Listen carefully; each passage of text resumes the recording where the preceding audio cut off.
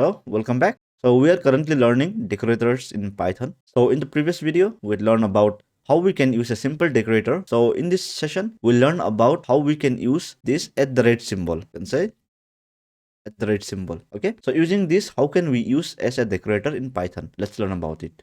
So here, instead of assigning like what we did over here was we use this make pretty function and we are assigning to a variable, right? Decorated function.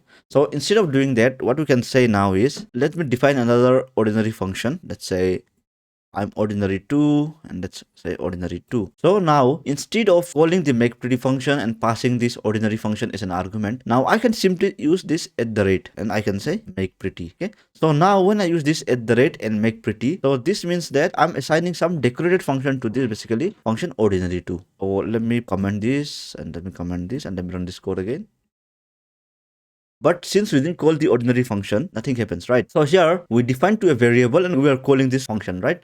So now I can directly call this ordinary 2. So I can say ordinary and I can call this function. So when I call this function, you see it says I got decorated, learn with Pratap and I'm ordinary 2. If you see my make pretty function is here. I hope I'm making sense. Okay. So here the ordinary function is decorated with the like this ordinary 2 function is being decorated by using this make pretty. Okay. So how are we decorating? Like when we were decorating this function here, we were decorating this function by calling the decorator function and passing the function as an argument and we're assigning to the variable. And then after that, we were calling that function, right? But here, instead of doing all these hassles, we were able to do it by just adding this at the rate make pretty on top of that function. So having this, just this and having all this is the same.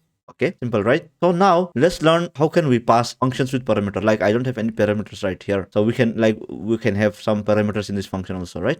So how can we use that? So for that, let's say we have another function, let's say divide. Let's define a function divide. And this will take two arguments, a and b. And then we'll return a by b. Okay. So if you remember, we learned about exception in the previous sections. So if we divide any number by 0, so in that case, it may throw exception, right? So like either we have to use those try except block or we can use a decorator. Okay. So let's have a decorator. Let's define a simple decorator. Let's say def smart divide and it will take this function as an argument.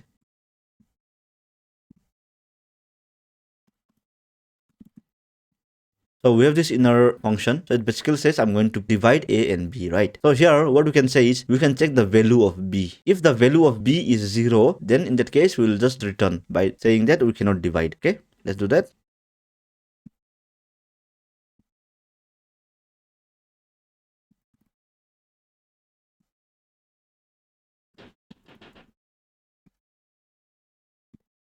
So you see here, we have this smart divide. So we defined a decorator function. So it will take function as an argument. Okay. So inside this, we have another function. We define another inner function. So this inner function will take a and b as an argument. And it will say we are printing, I'm going to divide a by b. And we are checking here if the value of b is equal to 0. If you remember, if we try to divide any number by 0, then in that case, it will throw an exception. So here what we say is, if the value of b is 0, then in that case, we say print, we cannot divide. Okay.